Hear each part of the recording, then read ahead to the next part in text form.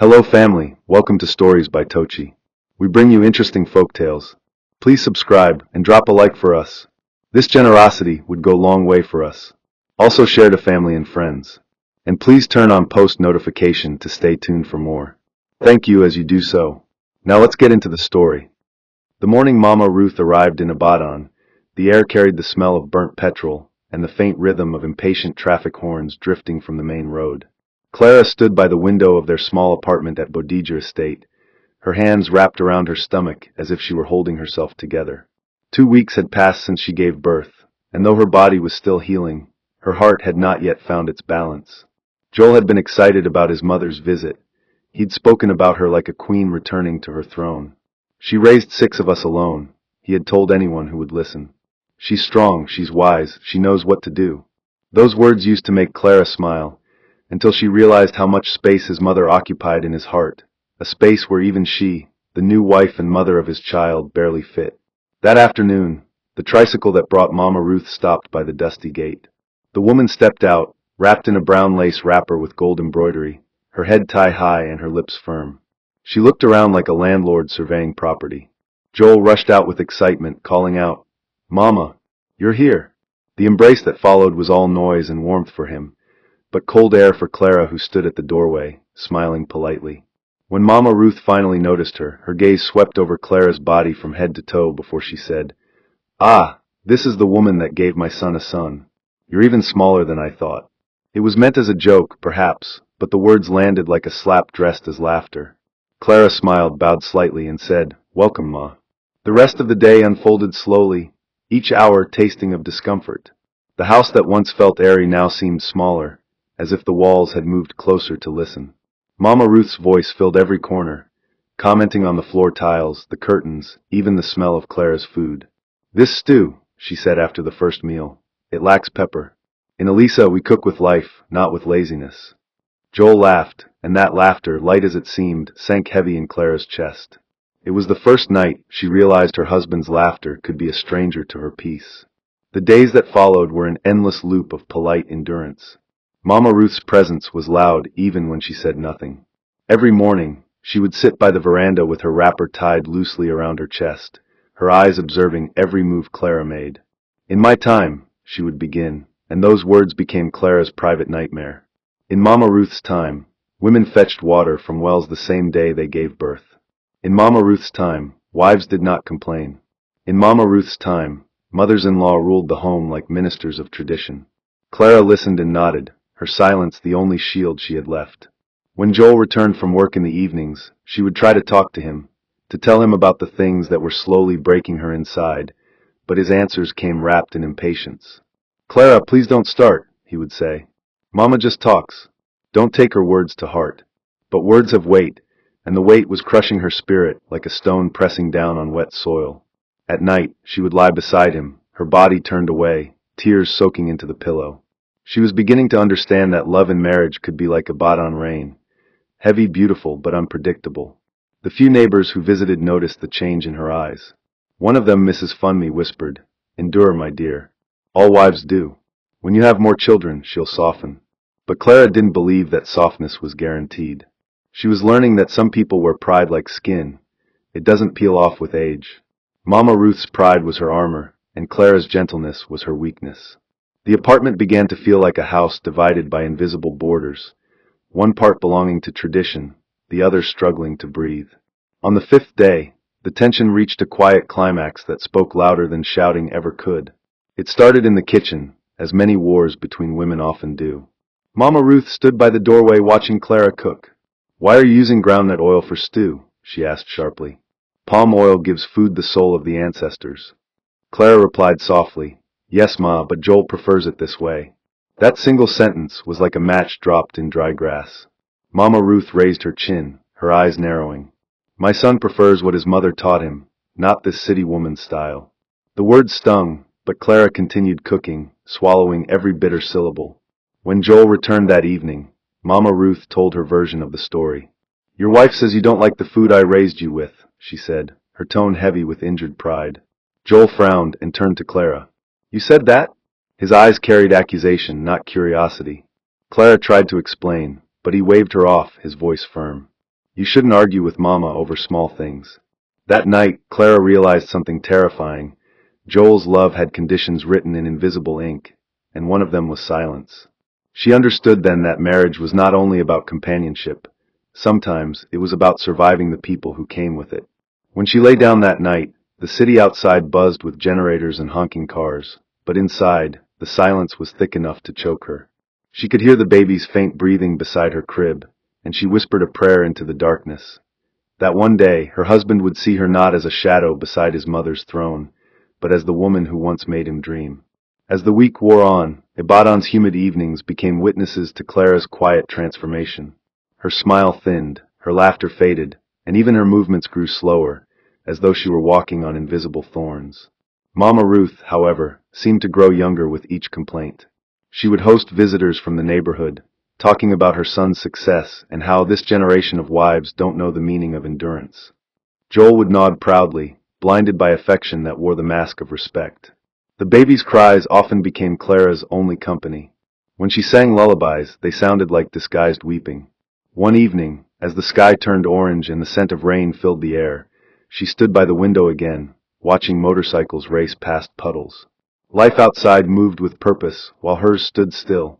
Joel walked in later that night, cheerful, recounting his day at work, and Mama Ruth laughed at his jokes, her voice echoing like a victory song. Clara stood by the dining table, her hands folded, her heart heavy. She realized that the woman who had just arrived from Elisa was not just a visitor. She was a storm, and storms don't ask permission before they destroy roofs. As she turned away from them, the tears she'd been holding finally fell, slow and quiet, like rain slipping down cracked glass. Outside, lightning flashed across the Ibadan skyline, and for a brief moment, the world looked like it was holding its breath. Inside that apartment, so was Clara. The days rolled into weeks, and Ibadan's heat pressed harder, the air thick with the smell of roasted corn and exhaust fumes that drifted in from the streets.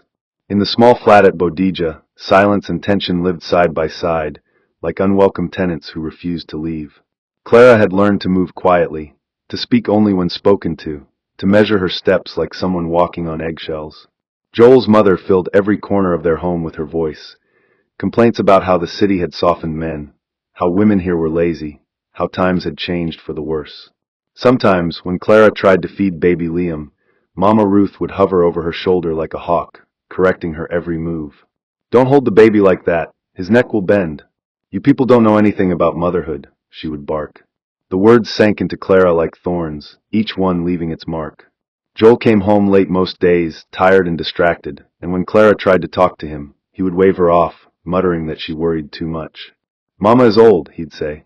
"Don't take her words seriously." But words had teeth, and they were biting deeper with every passing day. Even neighbors had started to whisper about the growing coldness in the home. Ibadan gossip traveled faster than motorbikes on Ring Road, and soon, people in the compound began to say Clara was disrespectful. Someone had heard Mama Ruth complaining by the gate that her son's wife had no regard for elders. Clara found out from a neighbor who tried to console her, but the damage was already done. Each evening, as the sun dipped behind the skyline, the house dimmed not from lack of light, but from lack of warmth. The smell of cooked rice filled the air, yet it tasted like ashes in her mouth. She looked at Joel and wondered when exactly he had stopped being her partner and started being his mother's echo. It was one of those sticky Ibadan nights when electricity had gone again, and the ceiling fan hung still like a lazy bird refusing to fly. Clara sat by the window fanning baby Liam with a piece of cardboard. Sweat glistened on her forehead. Joel and his mother were in the living room, their voices low but sharp. Mama Ruth was complaining again about something as trivial as the laundry not being properly folded. "In my time," she said, "men married wives who knew their duties, not these soft-handed girls who think marriage is a vacation." Joel chuckled faintly, and Clara froze, listening to that small laugh that had become her biggest betrayal. She could no longer recognize the man she married, the man who once held her face and called her his peace. That peace had long been exiled. Later that night, Joel entered their room, smelling faintly of sweat and beer. Clara tried to speak, but he lay down, closing his eyes before she could form the words. "Good night," he muttered. "I'm tired." She looked at him for a long time, the way one might look at a stranger occupying a familiar bed. The baby stirred, and she hummed softly, her voice trembling like a candle flame in wind. In her mind, memories played like an old record: Joel proposing under the mango tree near Dugby, the laughter they shared in those early months, the promises of forever whispered under Abaddon's blue evening skies. Now forever felt like a sentence, not a promise.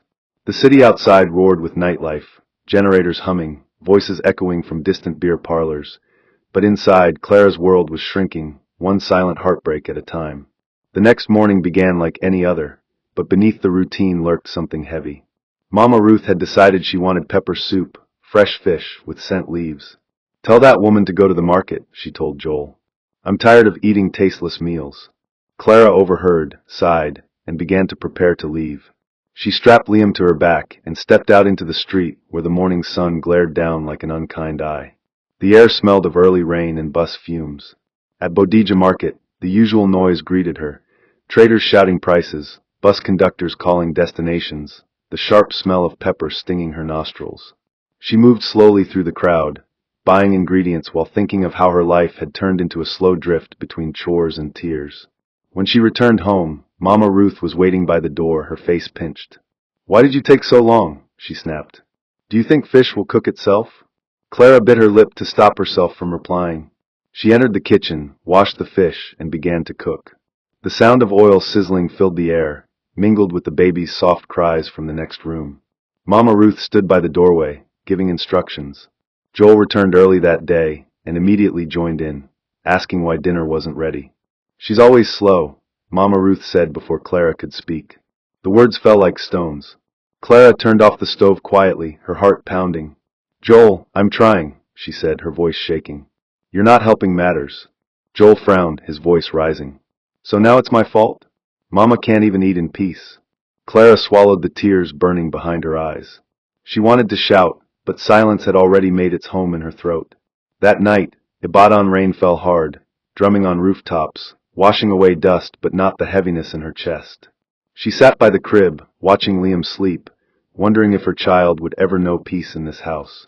Joel was asleep beside her, his breathing deep and unbothered. She thought of her mother back home in Osogbo, of how she had warned her gently before the wedding, saying, "Marriage is not a race, my daughter. If you run too fast, you might outrun your happiness." Those words echoed now like prophecy. Clara's body was in Abadan, but her spirit felt far away, like a kite cut from its string. She stood up and walked to the window. Lightning flashed across the skyline, illuminating the wet streets below. The rain whispered against the glass, and in that whisper, she heard her own heart pleading for air. For the first time, she thought of leaving, not out of anger but out of exhaustion. Love wasn't supposed to feel like drowning. She turned to look at Joel one last time that night and saw not her husband, but the man who had allowed his mother's shadow to swallow their marriage whole. As she held Liam close, she realized something painful yet freeing. Sometimes, love must step aside when survival knocks. The city outside kept moving, indifferent, but in that small flat at Bodija, a woman's resolve was quietly taking shape, like dawn gathering strength behind dark clouds. Morning crept into the flat with a heavy stillness that didn't belong to daylight. The smell of the previous night's rain still lingered, mingling with the faint aroma of leftover soup and baby lotion. Clara woke up before Joel, her body aching, her spirit tired. She moved quietly so as not to wake him, wrapping Liam in a thin shawl before stepping into the small sitting room. The curtain swayed lazily with the morning breeze, carrying with it the hum of street vendors calling out for customers. "Ajij bread! Hot Ajij bread!" one voice sang from afar. Clara sat on the couch, watching the rays of sunlight slide through the torn curtain. Everything about her life seemed patched, her body, her marriage, even her dreams. She had once imagined motherhood to be like the soft part of ripe pawpaw, sweet, gentle, fulfilling, but what she tasted instead was bitterness brewed in silence. Mama Ruth entered moments later, her wrapper tied tightly around her chest, her expression already sour. "You're sitting again," she said. "When I gave birth to Joel, I was already fetching water by this time." Clara said nothing. She was tired of defending her pain to someone who treated rest as a sin. Joel walked in minutes later, adjusting his tie, pretending not to notice the tension that filled the air. "Clara, I'll be back early," he said casually. "Mama wants to visit a friend in Dugby. Make sure she eats before she goes." Clara nodded. As soon as he left, Mama Ruth sighed loudly, muttering under her breath, "I don't even know what my son saw in you." The words slid into the room like poison, and though Clara had built walls in her heart, they still found their way through. She turned to the baby, kissing his forehead, whispering softly, "My son, may you never learn this kind of love." By noon, the house had become too heavy to breathe in. The sound of generators outside, the constant buzz of motorbikes passing the gate, and Mama Ruth's endless humming, all seemed to fuse into one unbearable rhythm. Clara tried to clean the kitchen, but Mama Ruth followed her like a shadow, correcting every move. "Don't wash the plate like that, you'll break it," she said. "You city girls have no hands for work." When Clara turned to put away the dishes, she noticed Mama Ruth had taken Liam from his crib. The older woman sat on the couch, bouncing him roughly on her lap, muttering old Yoruba songs that sounded more like incantations than lullabies. "Mama, please be gentle," Clara said softly. Mama Ruth shot her a look sharp enough to cut through glass. "Are you teaching me how to handle children now?" she snapped. Clara froze, swallowing her words before they could cause more trouble. That was when Joel's call came in. Clara's phone vibrated on the table, and she rushed to pick it up. "Hello, love." Joel's voice came through, light and distracted. "Please make something special tonight. Mama said she's craving umla and yudu." Clara looked toward the kitchen, where smoke still lingered from the morning's meal. "Joel, I'm tired," she said, her voice trembling. "Can't we just eat rice?" He chuckled. "You know how Mama is, don't start now. Just make it." The line went dead before she could reply. She stood there for a while, phone still in her hand, realizing that her voice had become something easily dismissed. When she returned to the living room, Mama Ruth was feeding the baby a small piece of soft plantain. "He's too young for that," Clara exclaimed. Mama Ruth hissed. "That's why children today grow weak. You're overprotecting him. You think I raised 6 children by counting months." Clara's chest tightened. She took the baby gently, retreating to the bedroom before her trembling hands betrayed her anger. She rocked Liam, whispering prayers that her tears wouldn't fall on him. Evening fell with a sky painted in hues of orange and gray. Joel returned home earlier than usual, a smile on his face that didn't reach his eyes. "Ah, the smell of umla," he said, stepping into the kitchen. Mama Ruth had taken over the cooking when Clara refused to stand, and now the stew bubbled on the stove, thick and red. "See how my mother knows how to cook," Joel said proudly, tasting the soup. "Clara, come and learn small." Clara stood by the doorway, holding Liam, her face expressionless. Mama Ruth smirked, pleased by her son's words. Dinner was served in silence, the clinking of spoons against plates the only sound between them. Joel ate heartily, Mama Ruth hummed with satisfaction, and Clara chewed slowly, every bite tasting of resignation. After the meal, Joel leaned back, smiling. "Mama, your handwork is still strong," he said. "Even Clara can't cook like this." Mama Ruth laughed, and Clara looked down, feeling her dignity crumble like dried bread. Later that night, after they had gone to bed, Joel reached for her, but she turned away.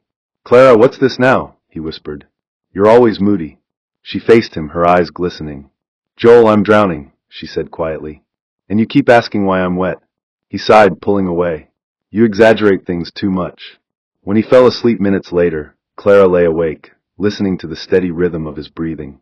Outside, the rain started again, soft and persistent. She wished it could wash her heart clean.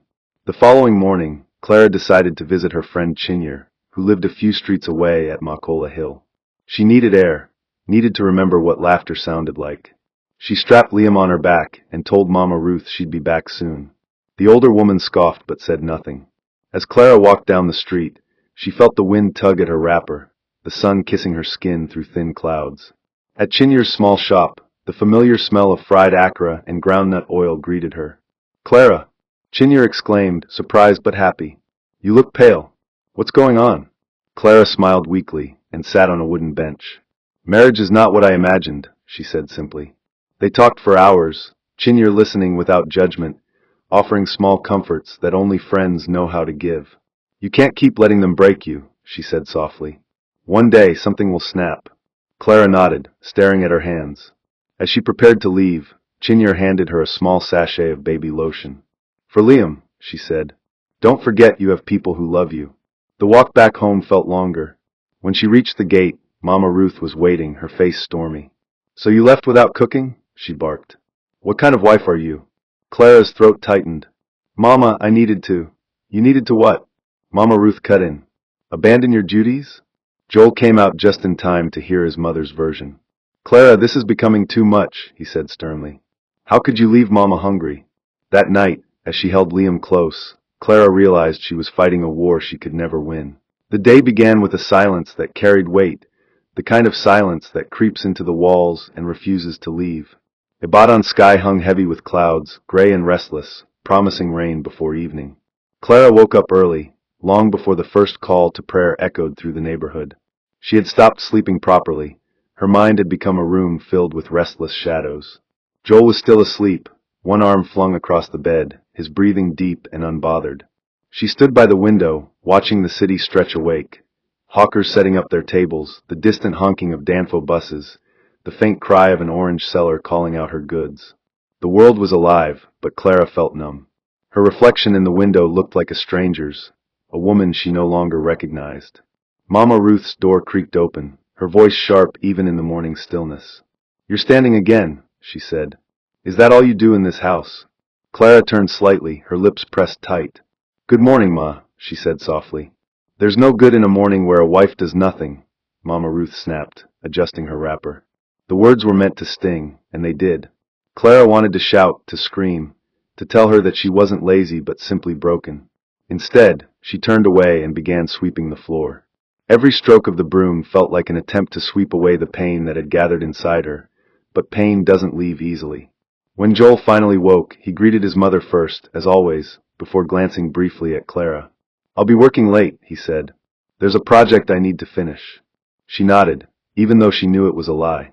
Lately, he'd been staying away from home longer than usual, avoiding the tension that he helped create. The apartment felt smaller with each passing day, the air thick with words unsaid and feelings unhealed. By afternoon, the heat had grown unbearable. The air was thick, sticky, and slow, like honey left under the sun. Mama Ruth sat in the living room fanning herself, her eyes half closed, her voice still commanding. "Clara, come and warm my soup," she said. "And make sure it's hot this time." Clara entered the kitchen, her movements deliberate and tired. The smell of ogbono soup filled the air as she stirred the pot slowly, the sound of boiling broth louder than her thoughts. The baby slept soundly in the bedroom, his tiny chest rising and falling in rhythm with the ticking wall clock. She heard Mama Ruth's footsteps approach. "Why are you cooking like that?" "Stir it properly," she said. "You young women have no energy." Clara's hand tightened around the wooden spoon, her knuckles whitening. "Mama, I'm doing it," she replied quietly. "Your doing doesn't look like doing," Mama Ruth said, reaching over to grab the spoon. The sudden movement made the hot soup splash, scalding Clara's wrist. "Ah!" she cried, stepping back. "Look at you," Mama Ruth scolded. "You can't even cook without hurting yourself. My son really married a fragile thing." Tears filled Clara's eyes, but she blinked them away. Joel wasn't home, and there was no one to defend her.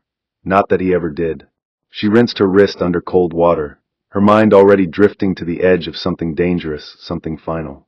The kitchen walls felt as though they were closing in, pressing against her ribs.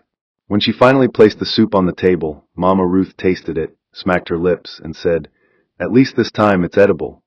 Clara didn't respond. She walked to her room, sat on the edge of the bed, and stared at the sleeping baby.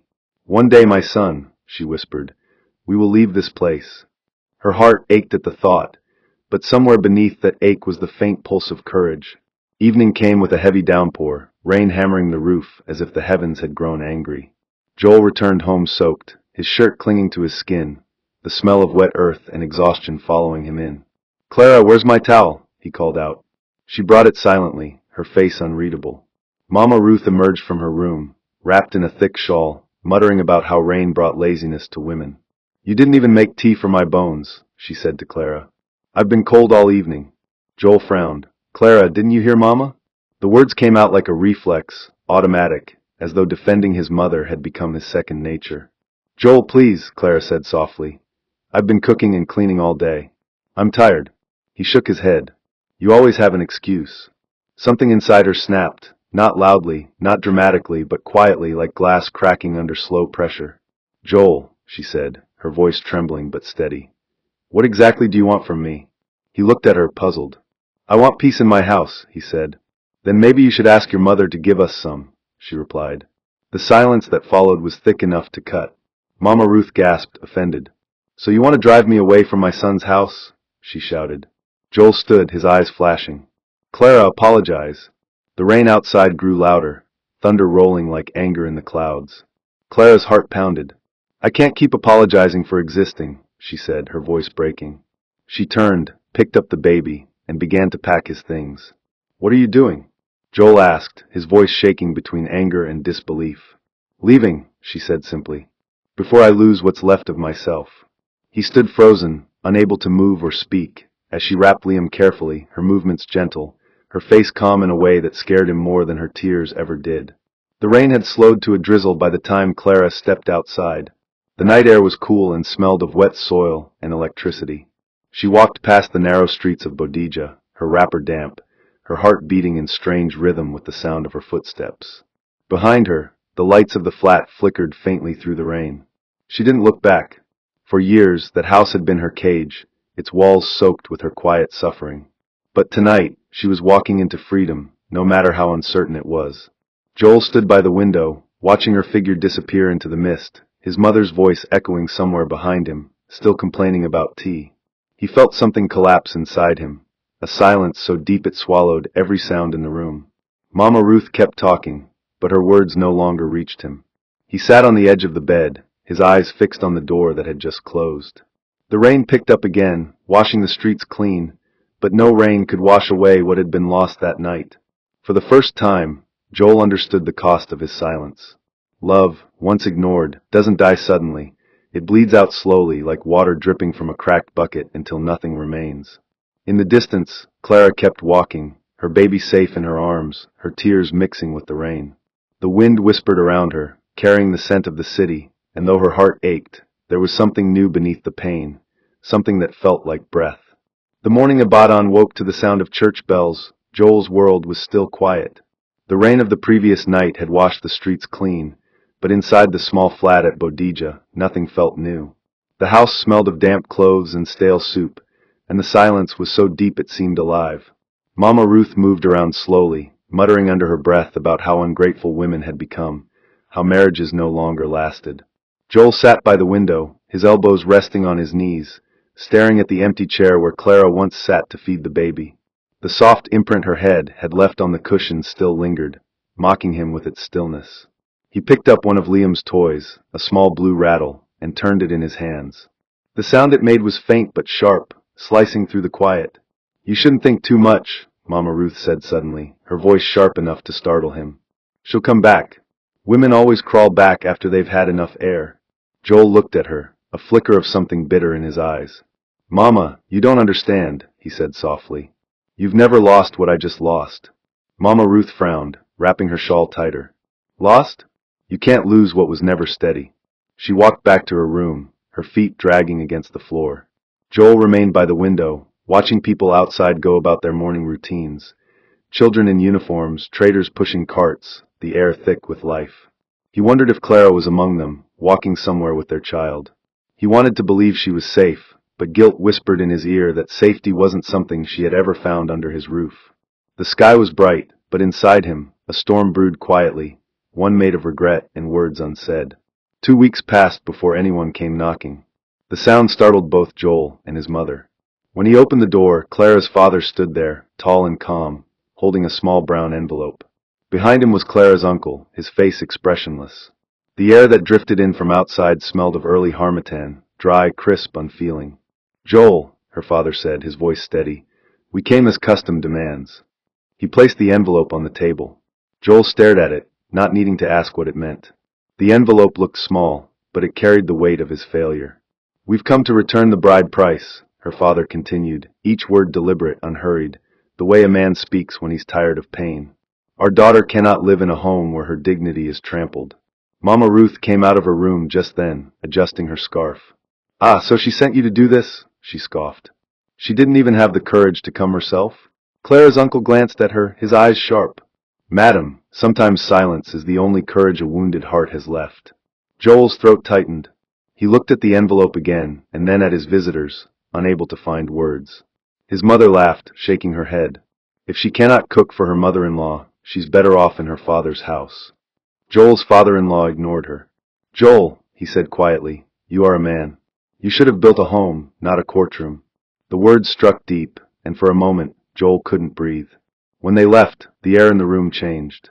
Mama Ruth muttered something about ungrateful people, but Joel didn't hear her. His gaze remained fixed on the envelope, its edges curled slightly from being held too tightly. He wanted to cry, but pride, the same poison that had ruined everything, sat in his chest like a stone. The following days were a blur of routine without purpose. Mama Ruth stayed mostly in her room, her once commanding presence slowly dimming. Joel moved like a ghost through the flat, haunted by memories that clung to him like shadows.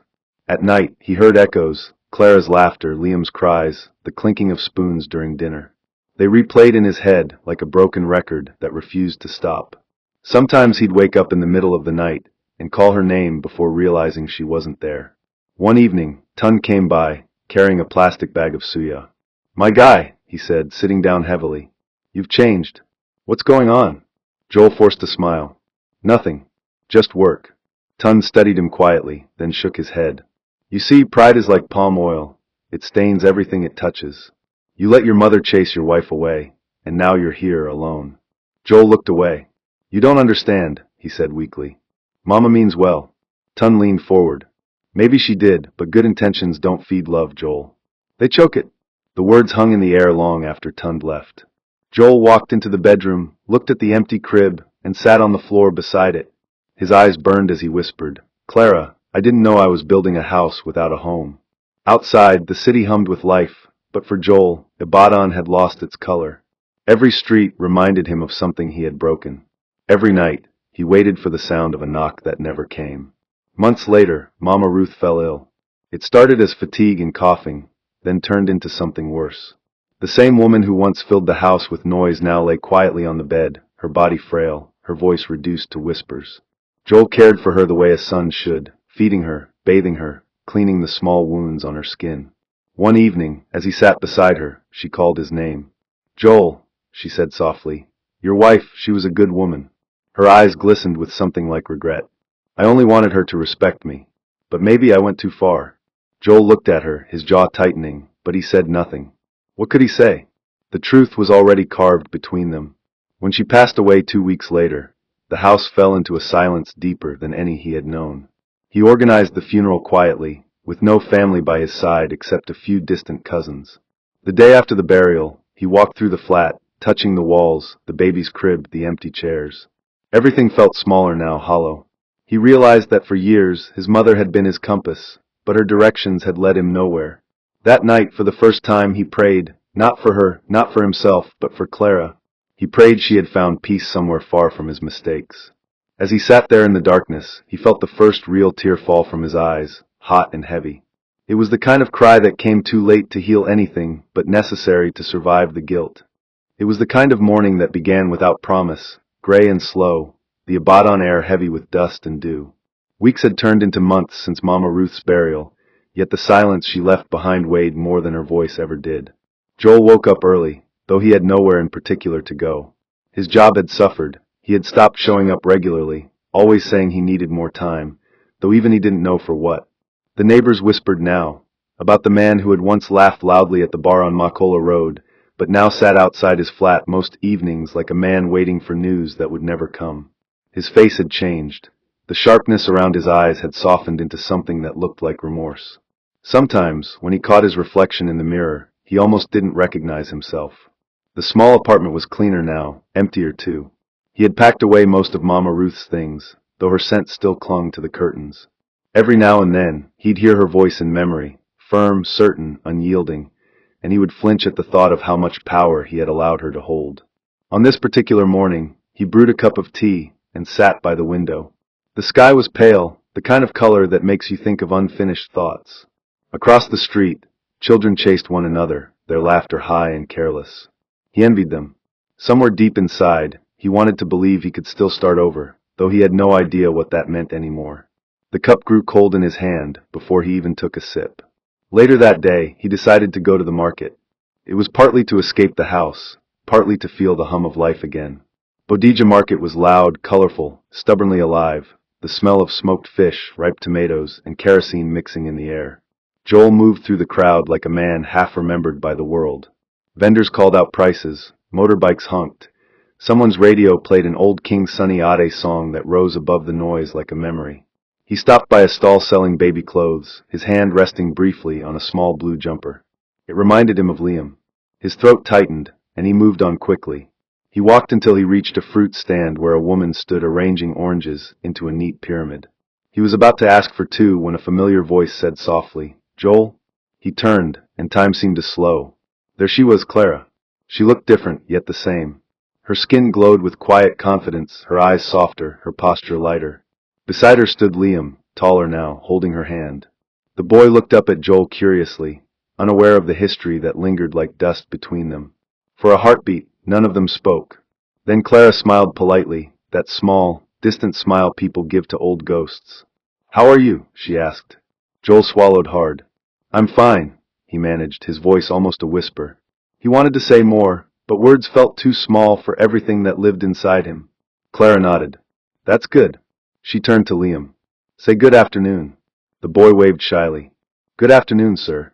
The word "sir" felt like a knife, polite but final. Joel smiled faintly, blinking away the sting in his eyes. "Good afternoon, son," he said softly. Clara paid for the oranges and picked up her bag. "Take care of yourself, Joel," she said before turning away.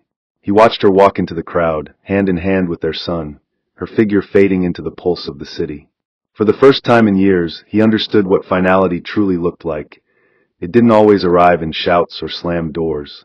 Sometimes it simply walked away. That evening, Ibadan looked almost kind. The sun dropped low, painting the sky orange, the streets bathed in a quiet glow. Joel walked home slowly, his thoughts unraveling like old thread. Every sound seemed amplified, the cry of hawkers, the rustle of trees, the faint murmur of radios playing in distant rooms. When he reached the flat, he didn't switch on the light. The room smelled faintly of dust and rain. He sat on the couch, his fingers tracing the fabric where Clara used to sit. He thought of how easily he had let things fall apart, how quick he had been to defend pride, and how slow to defend love. He saw now that love wasn't about being right, it was about being kind. All the advice from his friends, all the warnings he had ignored, they returned now like ghosts demanding recognition. He stood up and walked into Liam's old room. The crib was still there, small and untouched. On the wall, a faint outline remained where Clara's picture frame had hung. He touched the spot lightly, then whispered, "I'm sorry."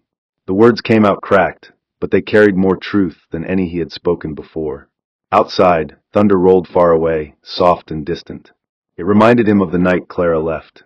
Only now did he realize that the storm had never been the rain. It had always been inside him. As night settled, Joel stepped outside. The city had quieted, its noise dimmed to a hum. He sat on the steps, watching the moon climb slowly above the rooftops. Somewhere down the street, a generator coughed to life, the smell of diesel curling through the air. Life went on as it always did, indifferent to broken hearts. He thought about calling Clara, about saying everything he should have said years ago, but he knew it wouldn't change anything. Some bridges, once burned, turned to ash that can't be rebuilt. Still, there was a strange comfort in knowing she was doing well, that she had found peace in a world that had once tried to choke her. He leaned back, staring at the sky, his mind strangely still. He thought about his mother, about the lessons she had taught, some wise, others wounding. He realized then that tradition, when held too tightly, can strangle the very love it seeks to preserve. The wind shifted, carrying the scent of night-blooming flowers. For the first time in months, Joel smiled, not out of happiness, but from a fragile understanding that pain, too, had its own kind of purpose. He whispered into the night, "I'll be better," though there was no one to hear him. The city's heartbeat pulsed in the distance, and Joel, alone but not entirely lost, closed his eyes and listened. "My people, love is not a battlefield for pride. When two hearts come together, they must build a home with understanding, not with competition. Remember, marriage is not a stage to prove who is stronger, but a garden that only grows when watered with patience and respect. Never let outsiders, even family, tear down what God has joined. Protect your peace. Defend your love. Choose communication over ego, and you will find that even storms can bow before unity. May every home listening to this story be filled with peace that passes all understanding. May pride never find a place at your table. May your spouse be your covering, not your competitor. May mothers-in-law and daughters-in-law dwell together in love, wisdom, and grace. May no voice of bitterness silence your joy, and may the light of patience guide your every decision. In your homes, may laughter replace tears, may understanding conquer misunderstanding, and may love forever reign where strife once lived. If you receive it, say aloud amen. Hope you enjoyed this interesting story. Please don't forget to like, share, and subscribe to our YouTube channel. Turn on post notifications. See you on our next story.